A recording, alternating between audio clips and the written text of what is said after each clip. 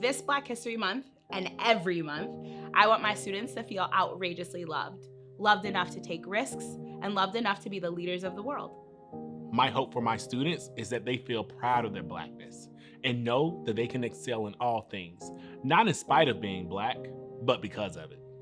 My hope for my students is that when they look in the mirror, they see a courageous, intellectual warrior who is prepared to change the world. This Black History Month, my hope for my students is that they are celebrated, validated, and affirmed for the rich African American lineage that they're a part of. Their Blackness is so beautiful, and I just want the world to see that just like I do. This Black History Month, I want my pre-K3 students to continue to develop a sense of self and understand the power, the resiliency, and the global impact they have as educated Black children.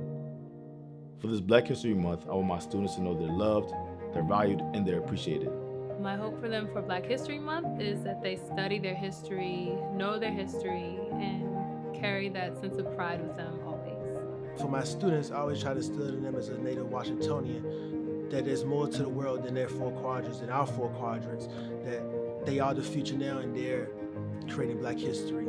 I hope to inspire my students by teaching them that their ancestors have paved the way for them to soar to new heights and to empower the next generation of Black students. I want students to understand that resilience in the face of adversity is what makes their heroes great. But more importantly, I want them to recognize that same greatness within themselves.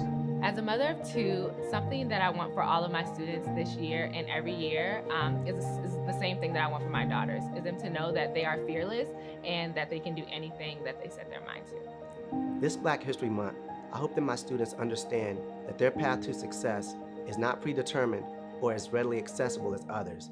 But despite that, I want them to know that they have an inherited perseverance and teachers and people who look like them that are going to do everything that they can to help them reach their full potential.